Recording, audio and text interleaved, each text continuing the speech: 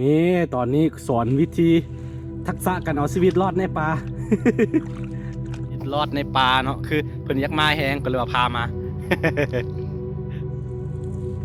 เอาออกเป็นตัวกันกลือ มันพี่น้องเอ้ยนี่คือกบภูเขาเด้อตุลีมาแล้วก็ได้มัน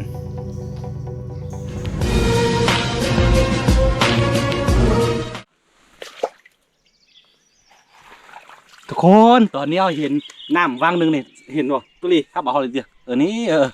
เขาสิเอาสิลองซ่อนว่ามีกบบอทุกคนตะกล่องมือไม้เด้อตะกล่องเป็นตุลีเนาะตุลีน้อยอายุ5 ขวบ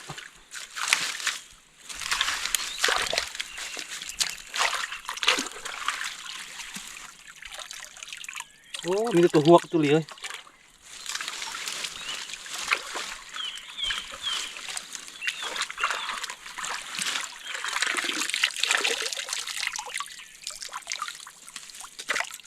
มีตุลีนี่ตุลีครับบอกเขาตุลีครับบอกเขาเลยมีแต่ตัวหวก2 ตัว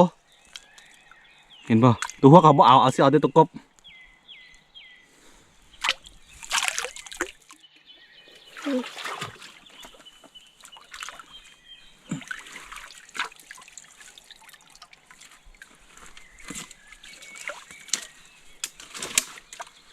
ผมน้อยดิ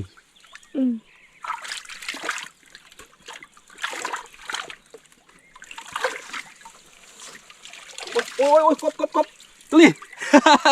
เด็กกบตุลีเด็กกบทำได้ตุลียกเบิ้งพี่ตุลี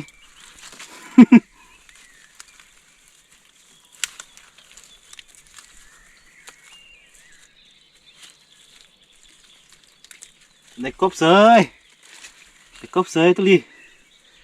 นี่ เด็กกบเห็นป่ะนี่ ตุลีเดี๋ยวขออนุญาตปิดชิปก่อน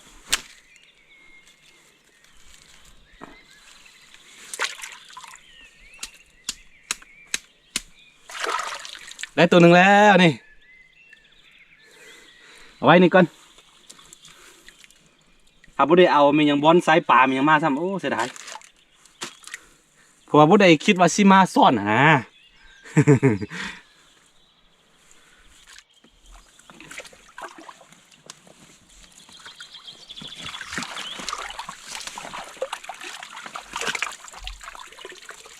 โอ้ยได้ตัวหนึงอีกแล้ว ตุลีได้ตัวหนึงอีกแล้ว โอ้ยกล้อง นี่มุ้ยผู้ตั้งกล้องให้แล้วก็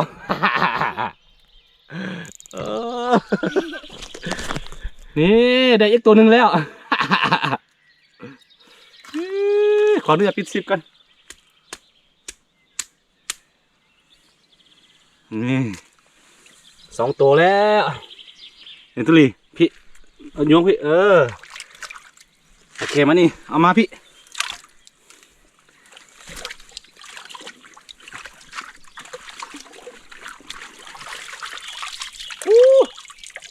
ตัวหวกเดี๋ยวตัวหวกแต่ว่าตัวหวกเอาเอาปลาให้มันใหญ่ก่อนปลาให้มันเป็นกบก่อนหาตุลีเอามาพี่เห็นบ่เอาเอาสิเอาแต่กบมื้อนี้เป็นกันมาฝึกตากล้องเด้อตากล้อง5 ขวบ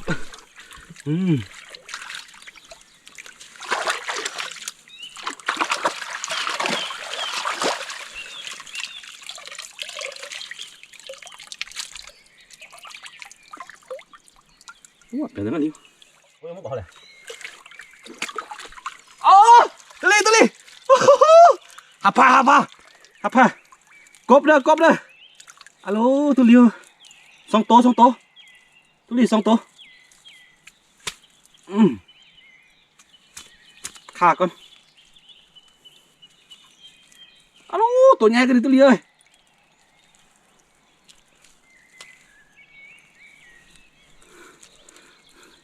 เนี่ยตุลี อีกผีอีกตัวนึงเนี่ยตัวใหญ่ตัวนี้นะตัวเลียวโอ้ โอ้ตัวใหญ่นี่เดี๋ยวอนุญาตปิดซิปก่อน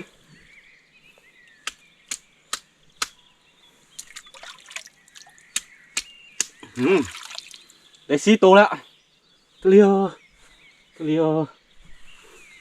ไอ้ตัวนึงแต่ตัวนึงหาย ตัวนึงหายแล้ว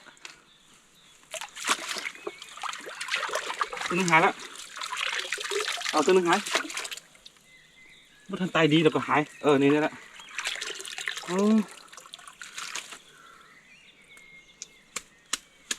ได้4 ตัวแล้วโอ้เอ้ย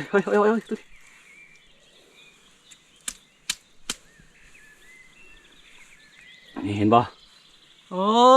ตะหลินยงพี่มาพี่นี่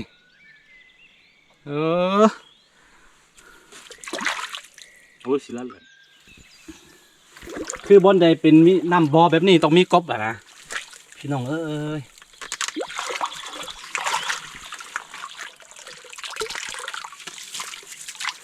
หากบหาเขียดนี่ทายดีๆเลยตัวนี้เด้อ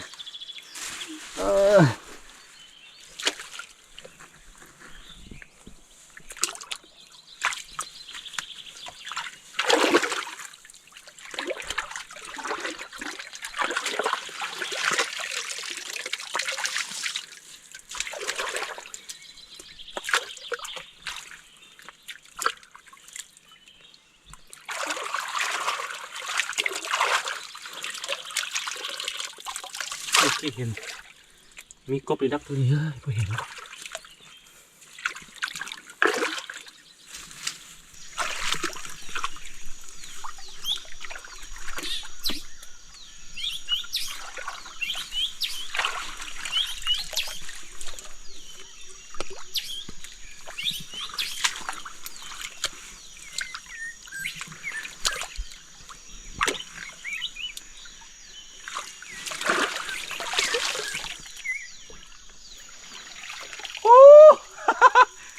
เดี๋ยวมี3-4 ตัวทุกคนตัวกบไทยดีๆเอาขึ้นนี่เอาขึ้นโอ้บูหัวเสียแต่เดี๋ยวนี่ลายตัวเกินเลยสิขาคนเห็นบอกเน่ขาเปียตัวขออนุญาตปิดซิปนิดนึงพี่น้องเอ้ย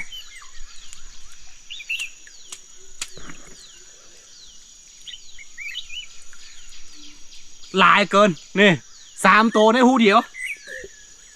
ตุลีจับป้องดีๆนะตุลีเด้อเอาออกเป็นตัวกัน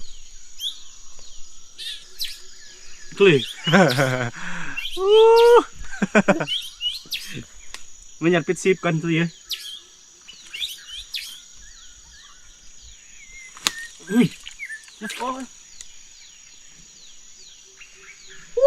ตุลี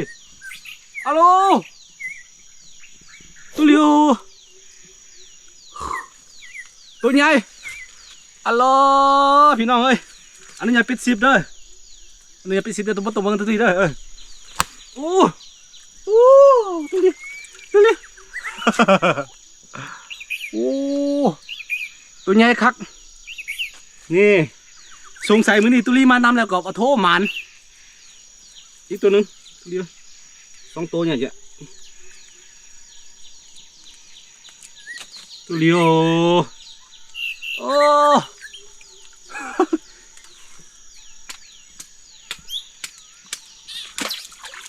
ในหูเดียวมี4 ตัวเห็นไหมตุลีเอาลงมาเบิ้งตุลีเอาลงมาเอากล่องมาเจ้ามึงให้บังคับมันเพราะอะไรตุลีบูภาษาลาวหูเดียวมี4 ตัวพี่น้องเอ้ยเดี๋ยวเสียเบิ้งผลงานนะครับกันแป๊บหนึ่งเนาะโลนี่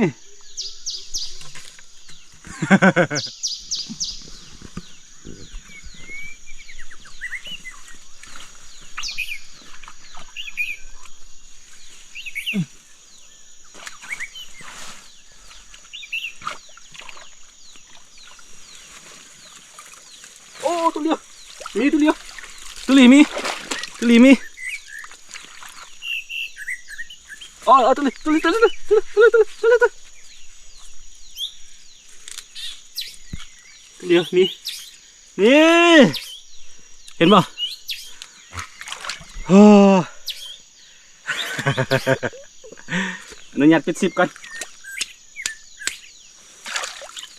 เอาเก็บเอาเถื่อโตพี่น้องเอ้ยนี่ชาวบ้านว่ามาถึงคิดว่าน้ำน้อยๆแล้วก็บ่มีสินะที่จริงมันควบมันจะอยู่อาศัยอยู่แบบนี้แหละชาวบ้านมาพอถึงก็เลยมีเขาเบิ้งข้ามนะมองข้ามไปเลยน้ำห้อยน้อยๆอย่างนี้นะ แต่ว่าเฮาสำนานก็เลยว่าได้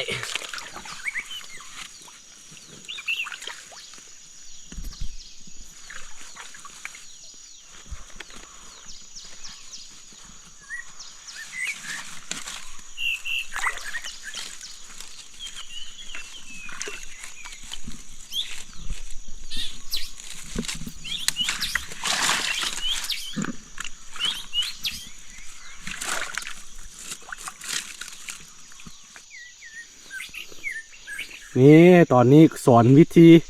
ทักษะการเอาชีวิตรอดในป่า ตุลีมันอยากลองที่มือเมื่อของไหนเออ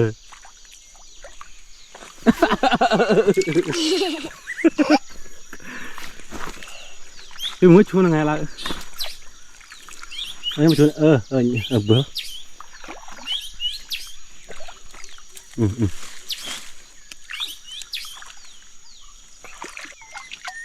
บ่ได้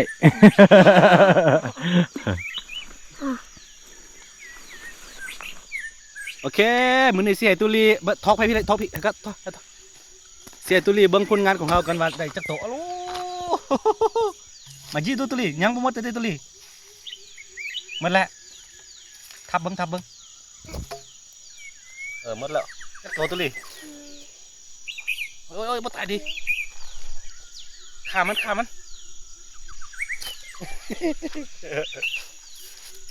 อีกขาอีกขาอีกตัวนี้2 3 4 5 6 7 8 9 10 11โอ้11ตัวตุลีเนาะโอ้ตัวมานเด้อเนี่ยตัวใหญ่ๆตัวนี้เนาะมานพี่น้องเอ้ยนี่คือกบภูเขาเด้อตุลีมาแล้วก็ได้มานนี่โอ้ถือว่ากลมกินมื้อนี้ได้อาหารหลายยังแต่ว่าแยกเป็นคลิปไปติดตามไปเนาะนี่พานางตุลีมาคือกบตัวนี้มันนั่นกบเขากบภูเขานะโอ้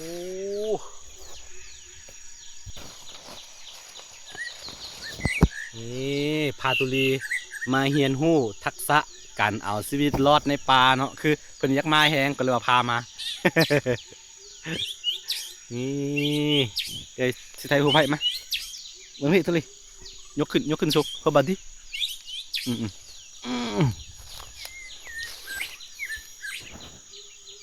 เงียบ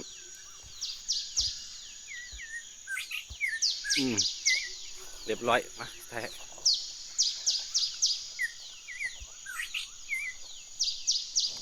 นี่แบบว่าพอได้กินได้ละมือก็พอได้กินนะถ้าว่าเขาบกขี้ขั้นบกอดตายพี่นะมันได้กินนะมาโอเคกลับบ้านกันมื้อนี้ถือว่ามัน2 ล้านเฮาเนาะคือเนาะเพื่อนมากินข้าวอยู่ป่าครับกินข้าวอยู่บ้านนี่อยู่ป่าแซ่บกว่าเนาะตุลีบอกแบบนี้ แน่นอนแล้วโอเค